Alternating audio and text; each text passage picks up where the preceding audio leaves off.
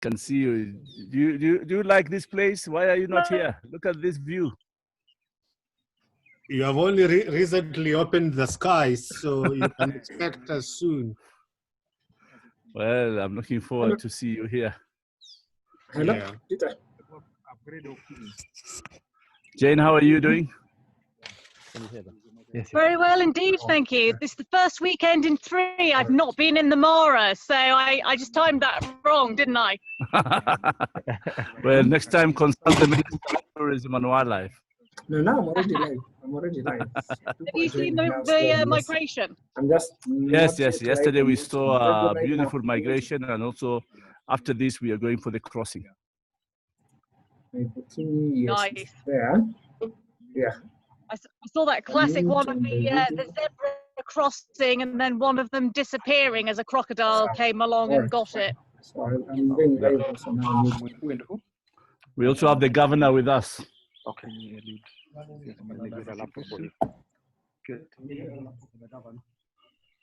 The governor Tunai is here.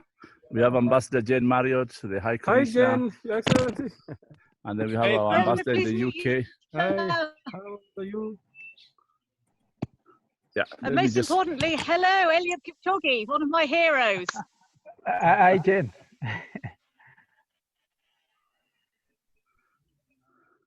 Esipisu, hi. Hi. Great to see you, Mike. Great to see you, Kip. Asante, my Looking senior. forward to seeing you in the next few weeks. Yes. Oh, it's live in London. This is Manoah. Manoah, this is Governor Tunai. Yes, Governor. Oh, now you have changed. Have you used the weight? Well, you know, COVID meant that we had time to actually train, right? Yeah. You'll tell me when we are starting, eh? So that I started on the YouTube side. All right. I think in COVID, everyone's either got a bit thinner or a bit wider, but not many have stayed the same. Exactly.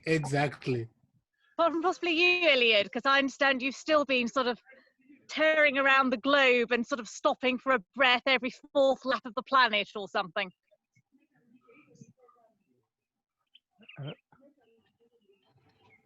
Eliud, can you hear her? Hello? Hello. Hey, Eliud, Hello. can you hear me? Yes, I can hear you now. I changed to governor.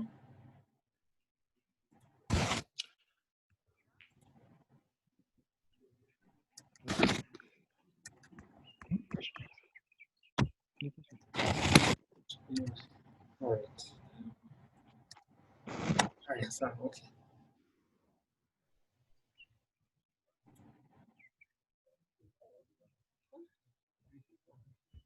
Simone. Oh.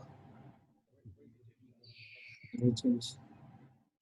Oh, they're bringing you. No.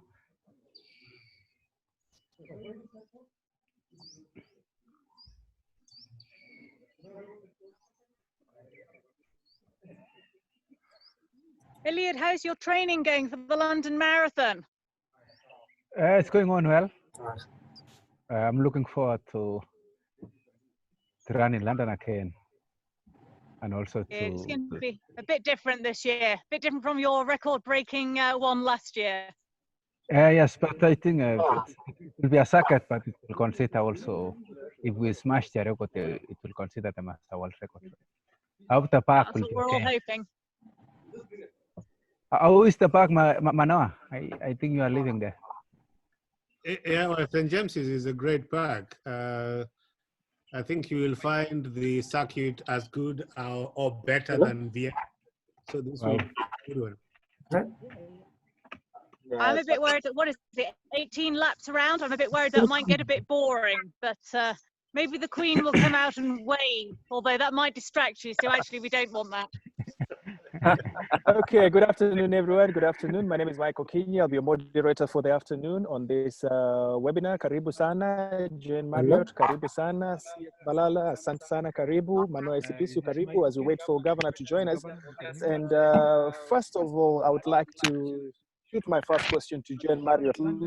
London Marathon, a couple of changes. Are you fearing that it takes the spark out of marathon? I don't think so. I mean, it's going to be very different. We're living in a very different world to the one we lived in last April when Eliud did his last marathon record there. But I think it's going to be different. It's not going to have quite the same atmosphere because there won't be people sort of lining the streets to cheer. But I think it will be a massive event. It will be watched worldwide. And of course, we're all keeping our fingers crossed for another world record from our man in Kenya. Eliud, a different course this time around. St. James's Park, you're taking a loop around there. It's not the usual streets that are full of spectators. How different do you think this is? Missing London Marathon crowd, that we know London Marathon is the only marathon in the world, I think, where every inch of the way is covered by spectators. I think London Marathon 2020 will be a little bit different. Reason number one is that we'll be running in a circuit of maybe 18 to 19 laps. But all in all is that everybody will be watching. Many people will be running virtually all over the world. And above all is that I'm back to be in London and run again to bring hope to the whole world that this thing cannot stop us. Esipisu, how timely is the announcement that London Marathon is back? This was massive for us. We've been waiting with bated breath. No one wanted to hear the idea that this marathon would not take place. And so it's really been warmly received here in London. And I expect that it's been warmly received around the world. We have a very big Kenyan region resident here, as you know, 100 Kenyans. They always look forward to this event. Obviously, the events of COVID-19 have made life a little perilous, but there are more than 1,000 Kenyans in the NHS who have also been NHS heroes, and we have probably 20,000 in the healthcare. So these people see this as a special vindication that some of the work they have been doing has really gone down to ensure that the environment is good to get this marathon run. I'll come back to you on the Kenyans in London in a short while, but I'd like to rope in our CS for tourism, Najib Balala.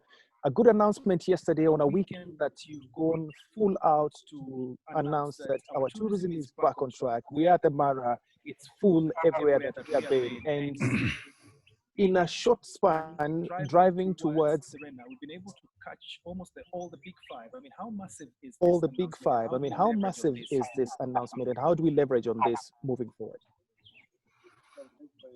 Well, thank you very much, Mike. I want also to recognize my friend Jen and Manoah. Thank you very much. Today is a special day because we have our iconic athlete and a legend for us in terms of marathon. Eliud Kipchoge broke all the records, and we are happy that today he's now the ambassador for Magical Kenya. I want to appreciate also Governor Tunai because he's opened up the doors for Maasai Mara. We are coming here to see the 2 million wildebeest migrating from Serengeti to Maasai Mara, and then we see the crossing, amazing crossing, thousands of wildebeest and zebras crossing the River Mara. That's an amazing, something to watch. Yes, Maasai Mara is very important. We have suffered in the last 4 months as tourism, and particularly the conservation sector, because it's as good as we have shut down. So I want to encourage everybody to support us. We are open as government. We are open as a country for business and for visitors. We have put very clear protocols. We have high-risk countries that must go through 14 days quarantine. Medium and low-risk countries are allowed in with a COVID-19 negative certificate so that they can be able to open up or help us support the economy. So that's why we thought international travel will take a bit of time. We've encouraged our domestic travelers. So I want to appreciate today Serena Mara is full. Sarova Mara, most of the lodges are full in Kenya, yeah, because of domestic tourism. Definitely the capacity of lodges are not 100%, but at least they are 60, 70%, and they're all full. So I want to appreciate the support the Kenyans have given to support our economy and to come out in big numbers during this migration, because this is something that you see only between June and October. So I know, Jane, you have been here before in the last 3 weeks. Manoah, we expect you. The airspace now is open. Our High Commissioner in London, please join us. We just finished a video call with His Excellency President Uhuru Kenyatta. And he said in the next 1 month, he will be the local tourist to come to Maasai Mara. And Governor Tunai has offered that invitation. And the invitation is open to all of you, both Kenyans and non-Kenyans. Kenya is open for business. And every penny you spend in Kenya supports jobs and supports conservation. Thank you, CS Balala. I'll drop in Jane on this one now. I'll pick up from the point where the CS has spoken about the protocols that have been put there. We've got high-risk countries, we've got low-risk countries. As far as the London Marathon is concerned, as far as Kenyans who want to go watch the marathon are concerned, the athletes, Eliud, for example, and his troop, what are the protocols that will be put in place? Because this is one question that I've seen so many people asking already. Well, first of all, just going back to the protocols in place in the Mara and across Kenya's tourism industry here, I've been lucky enough to stay in them twice in the last the migration, and I've been really impressed in the hotels and the hotel industry and the tourist industry as a whole here has really taken COVID protocols to heart. I have to confess I'm slightly OCD on cleanliness, so I've been doing robust personal checks. It's brilliant, you know, everyone is following those protocols from the examples that I've seen. So I do hope we can certainly get some British tourists here before too long. In regards to protocol London, at the moment there is a from Kenya into the UK. I know that's under constant review, and it won't surprise you to know that I'm quite keen that that we get free flow of traffic between our peoples very quickly, with the relevant COVID protocols being in place. So, you know, negative COVID test certificates before we fly between countries, you know, is one of the measures that Kenya has put in. And I think it's a very sensible and robust one to protect travellers, but particularly to protect the peoples of a country that that we're in and we're visiting. So I hope that people can go over to the UK and can watch that marathon by the time we reach October. Thank you, Jane. Governor, tonight I'll come to you in a short while when we switch over to sports tourism, but I want to bring in Eliud again. And Eliud, this is the moment that everyone has been waiting for as far as marathon running is concerned, especially after the Olympics were cancelled. And this is one battle that everyone wants to witness. Bekele, Ethiopia, Kipchoge, Kenya. Are you looking at Bekele only, or you've always said, I am chasing the clock? I am chasing the clock. Oh, I'll be respecting everybody. I'm looking forward to running London Marathon, and I'm really respecting all the highlights, all the participants. I cannot even concentrate on one person. But above all, the rule number one is that I treat myself as the best one. I'm going to run there as Eliud Kipchoge to represent Kenya in marathon in London, and actually bring hope to in the streets of London or in the back of St. James Park and to the whole world. So I'm going to run as Eliud Kipchoge. Manoah, any requests already? Because there'll be limited number of fans around Central Park, where around the park where we're going to do this marathon in a very different way. So the 150,000 Kenyans, who gets to come in, who doesn't get to participate in terms of getting to watch this marathon live? I think Kenyans will generally wait for the organizers to tell us how this matter will be resolved. The question you asked earlier about quarantining, elite sports people are not exempt from quarantine, so Kipchoge doesn't have to quarantine. Nor do other elite sports people coming in here. The guidelines are around social distancing at the time.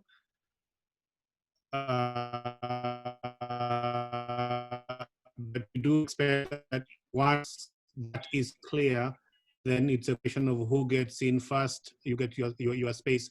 The rest of us can watch on television. Sports and tourism. This is one aspect of this country that we've always said it puts us on the map. You're the top governor today, actually. I mean, you've got the CES for tourism with you today. You had His Excellency the President on call and promising to come to the Mara. How does your county especially promote sports and tourism? Because we know we've got the Mara, and one of the marathons very attractive here was the Mara Marathon. What became of that marathon, and how do you leverage on sports tourism?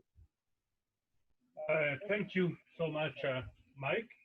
It's a pleasure to have this conversation with two respected high commissioners and, of course, world champion Eliud Kipchoge. Welcome, all of you. We are in the 8th wonder of the world. This great reserve has been declared the best game reserve in the world for 6 consecutive times. And people have been attracted, of course, by the Great Migration itself, which starts from June to October.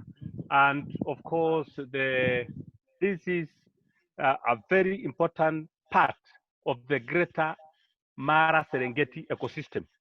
And therefore, as a county government, we have ensured to do one thing, that this great reserve is protected and conserved for future generations. And the tourists don't come here only for wild animals.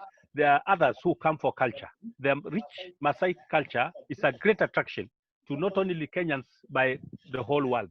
And as Maasai community, and I'm one member of them, we continuously ensure that we sustain that good part of our culture, which we know the whole world will want to know and understand.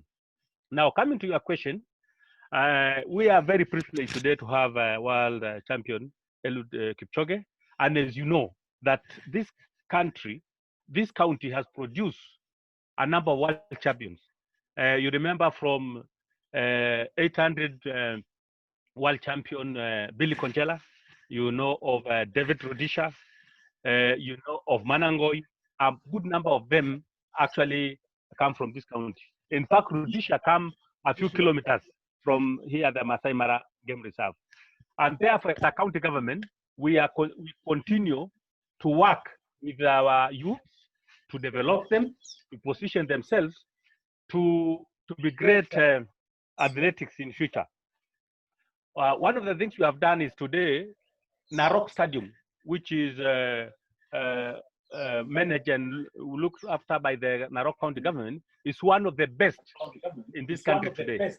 And a lot of our young people train there, not only on football, but also in athletics. This county also is blended. You know, right now we are approximately probably 2,000 meters above sea level, but we go as high as 9,000 square meters above sea level.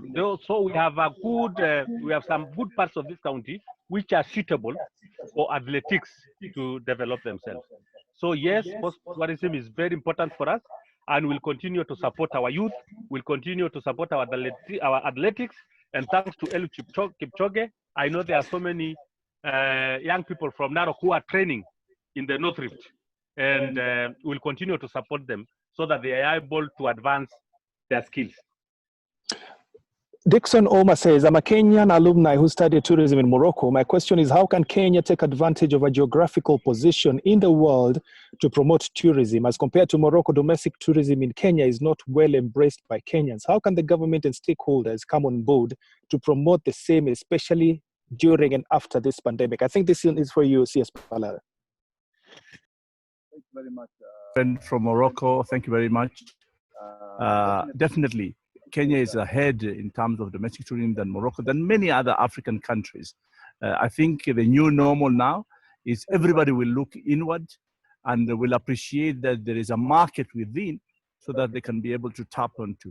So we in Kenya have done the year, this 2020, 2021 will be the year for domestic tourism. Not closing down or shutting down our markets internationally, no. International market is also important, but realistically we know the full recovery of international market will be end of 2021. I think with the new normal now, we're appreciating the the new segment of the market share, I think every investor in this country will start putting program for domestic tourism. Definitely the domestic tourism has different desires. We have to know the taste of the domestic tourism. What is their taste? And then the issue of affordability, sensitive in pricing. And then the issue of what program do they want to do? Not only about the facilities, but also what other activities do they want to do? Not all domestic tourists, they're not the same as the foreign tourists who come here and probably just want to drive 8 hours a day and just looking for animals. Someone to do more activities. And I want to congratulate tonight. I think the culture must be added on to the package will be important. So these are the things that will be a lesson for the new normal. Eliud, as London Marathon is coming in after this announcement that you're an ambassador for Kenya Tourist Board, I mean, what message will you be carrying with you when you go out to compete there? Especially now we know London is a very good market for us in terms of tourism. What message are you carrying with you other than athletics to these people in London? My whole message which I'll be carrying, apart from competing in London, is that Kenya is a beautiful country. Kenya is a very safe and open country. Kenya is whereby you can enjoy, you can just jump into any conservancy and really watch the big five animals in the world. So I'm going to actually say and tell people actually to visit Kenya, enjoy the view of the animals, enjoy the terrain, enjoy the environment, meet the good people. You know, they say there is a lot of people, but there is a lot of good people in the whole world. But I want to tell them, Kenyans are the best people in the whole world. Okay, Manoah, I know you've been doing a lot of marketing in our country, especially.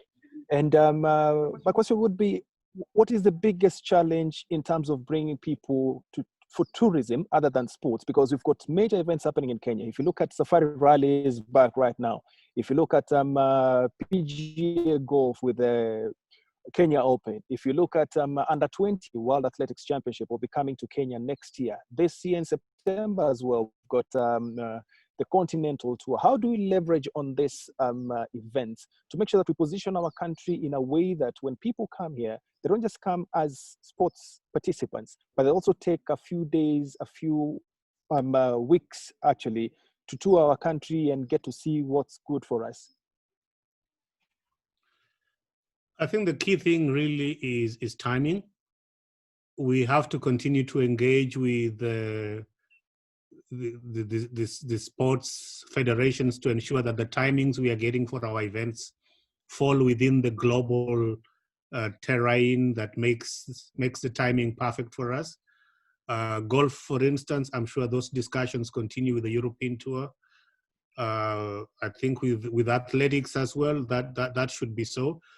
So that in the time that our events are scheduled, we are not clashing with big events on the PGA, for instance, in the US, because it means we would get, first of all, less of the top hierarchy of participants, and secondly, people just coming to then to relax afterwards would not be there because they have to focus on the bigger events, so to speak.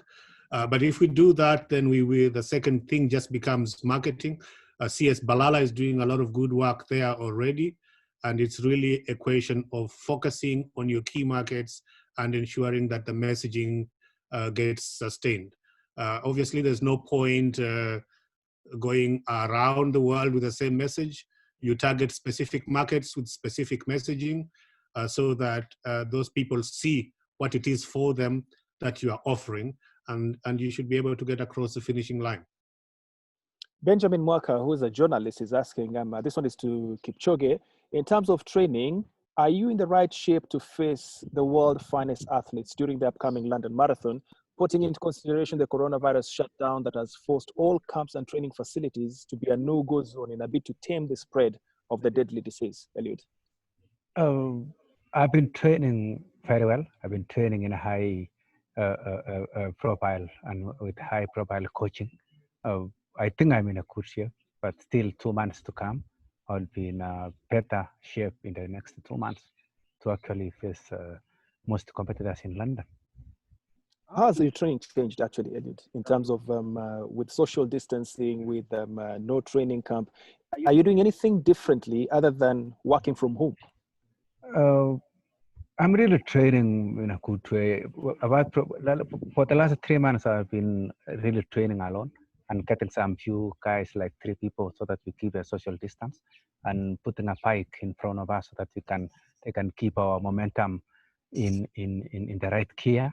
But for the last 3 weeks, since the president actually has opened everything to go on, we have tried to consolidate our team again to 10 people, whereby you can really train in a good way, but not in really congested place. So we are we are observing the directives of the government, at the same time training in a good way.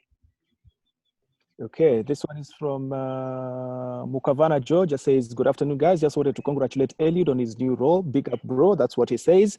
And then Governor Tunai, we have these major events that are coming in. We've seen governors trying to spruce up their different facilities for athletes to use.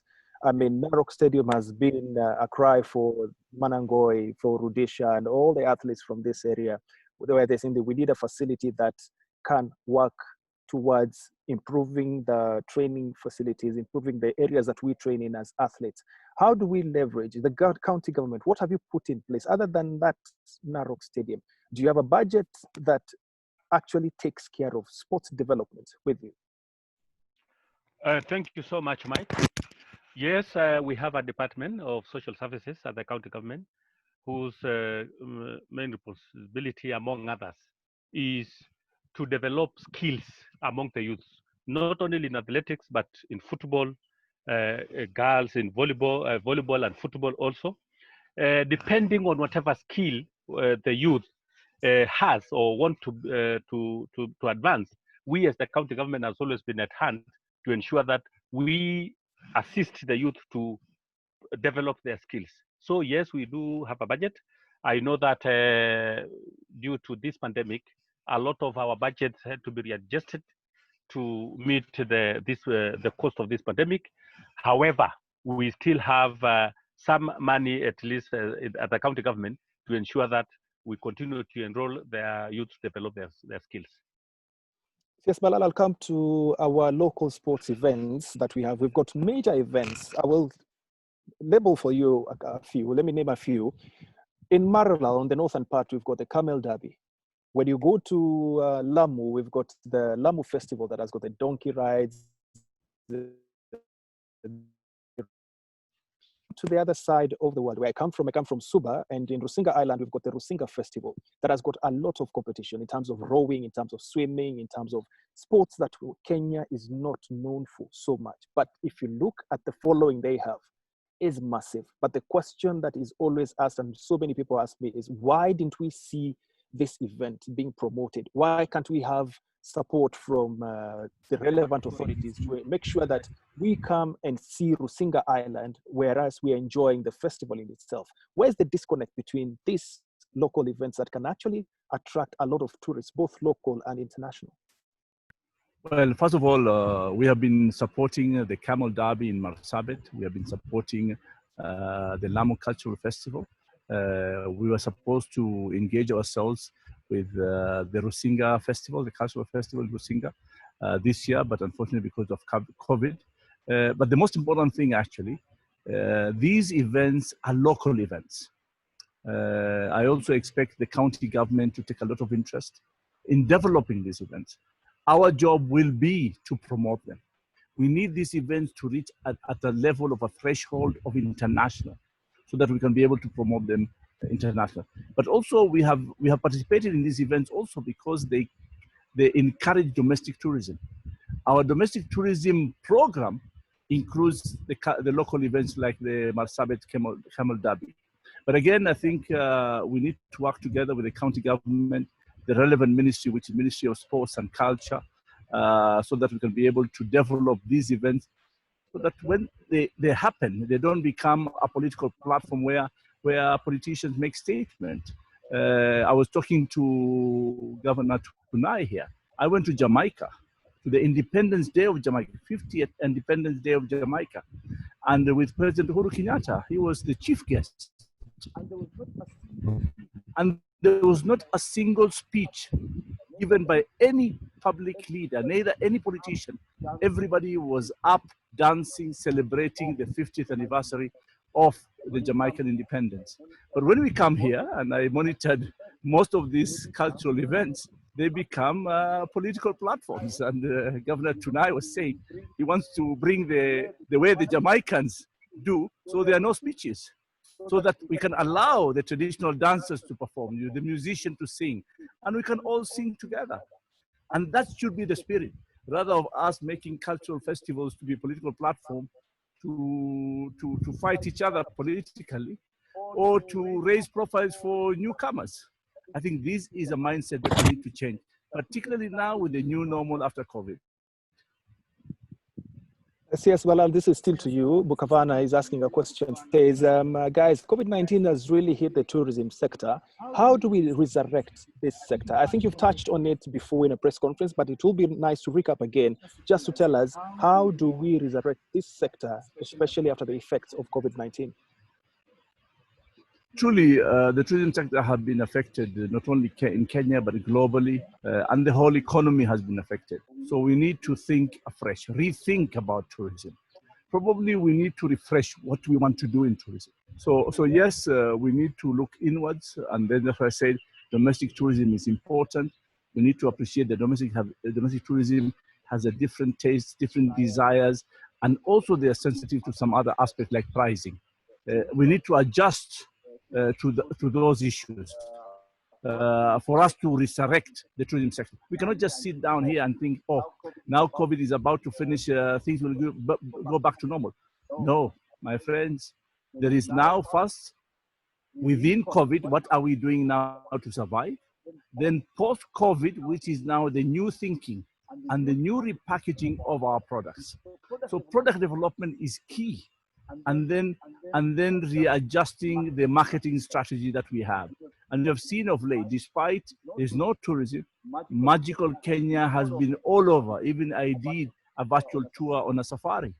So we want people to remember that still we have products, we have experiences. It's not just about going to a hotel. How do you experience yourself in that hotel or in that national park or reserve? So these are the things we are doing. We have given incentives as government. We have supported 1 billion shilling President Uhuru Kenyatta has given on supporting the community conservancy ranges. There's also the 3 billion shillings for hotels which are old. They need refurbished. Those are soft loans we are giving out to hotels.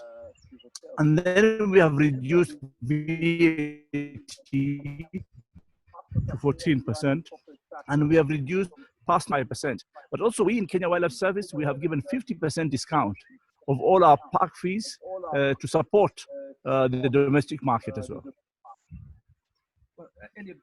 Well, Eliud, after London, do we expect you to take part in any other marathon this year? Because I'm not seeing any other big race that will be there before end of the year. That means it could be London and London back-to-back before the Olympic Games. So in between here, what would you be doing?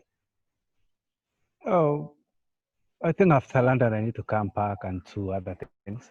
Apart from, you know, now I'm the ambassador for the Magical Kenya. That's one way to come and market our country outside Kenya. So we're having a lot of work to do after London Marathon. Okay, this one is for you, Governor Tunai. Is it possible for the county government of Narok to at least support one of its local teams and pump in the resources that the team needs to ensure that in the near future, they are well represented at the top tier leagues? Casting Points is Vihiga United that gets massive support from the Vihiga County. The move will eventually help support many football talents in the county. Again, the fact that the county has its own stadia, they can utilize it well to promote the sport and tourism in Maasai Mara. Thank you so much, Mike. Indeed, that is already happening. In fact, last year, we had finals at the Narok Stadium, and there was a very stiff competition because ours is ward-based. So we have 30 wards in this county. So we had 30 teams which competed from the sub-counties all the way to the county finals, which I presided over. And it was very stiff, and we had agreed that that is going to be an annual event. And actually right now the teams are competing at the world level to prepare themselves for the finals. So yes, we are doing, and we are going to produce a team in Narok, the Narok team, which is going to compete with other counties. And finally, we hope to have the best team in this country and the region. Thank you, Governor. This one is to you, Eliud Kipchoge. This is from our very senior sports editor, Elias Makori from The Nation.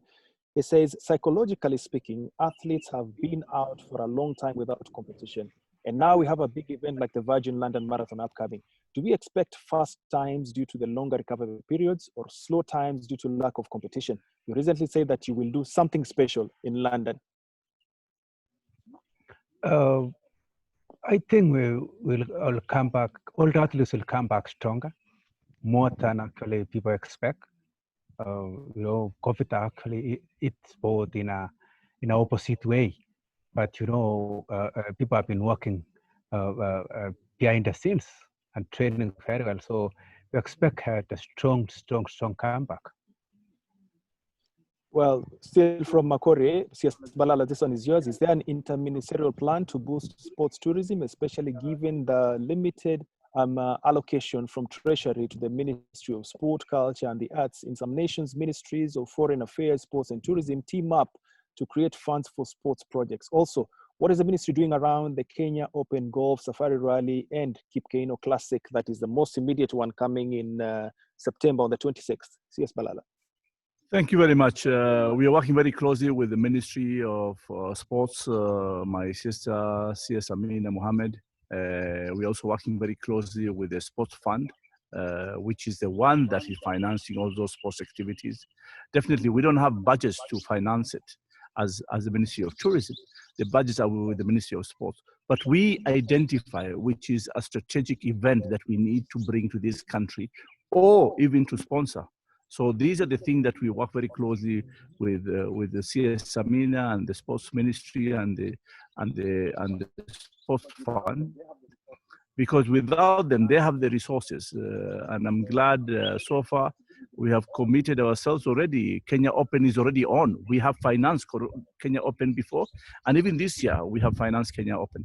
I believe the Kenya Open team and Kenya Sports Fund are already coordinating with those finances. We are also supporting the Ladies European Tour. We have not concluded on arrangements of sponsorship, how much it is, but we did that last year. We paid prize money of 30 billion Kenya shillings. That's a sports fund. I hope it will be done also for 2021. Sapphire Rally also we have committed fully. It was just cancelled because of the COVID in Russia are under construction. We are waiting for that event because we have lost that event for over 18 years. And now we're excited to have it back again, the Sapphire Rally. Well, Jane Marriott, we are glad that you're back with us. I'll give you the opportunity to close this webinar with the final question to you, which is, I know a lot of people from the UK would always come to you to ask, I want to go on safari, I want a holiday in Kenya, what do you recommend? Given that Eliud is now an ambassador for Kenya Tourism Board, does this make your work much more easier? I think, well, I'm hoping we'll return at some point to the pre-COVID levels of 180,000 UK tourists coming to Kenya a year. It's good if they have different interests. We don't want them all descending on the Maasai Mara. That is, of course, the place with great name recognition. But having been to Samburu, I'm currently in the Mount Kenya area. There's so much to offer across the whole of Kenya. So I think His Excellency in London and I, working with CS Balala, working with Eliud and others, have got a, we can sort of, there's something for everybody's interest in Kenya, in fact, more than one interest. What I would say is whether it's foreign or domestic tourism, sustainable green tourism is the heart of where we need to be. There's so many challenges to the economy, to the environment, but ensuring that we have sustainable, responsible tourism, which I know is at the heart of CS Balala's thought process, is just going to be so important to make sure that we get the revenue into this country, that tourists get to experience the beauty that is Kenya, but they go away having not touched Kenya in ecological terms or having made it better. That's what sustainable tourism needs to be all about. Thank you, and thank you for arranging this. Thank you, Jane. Thank you, Eliud. Thank you, CS Balala. Thank you, Governor Tonai. Esipisu, You're not here, so we'll tell you that the skies are a bit opening right now, but we need to go and catch the wildebeest migration. That's what you're missing, sitting in London as we are at the bar. So for everybody who was able to join us on this webinar, we say thank you very much, and we'll see you again next time. Thank you.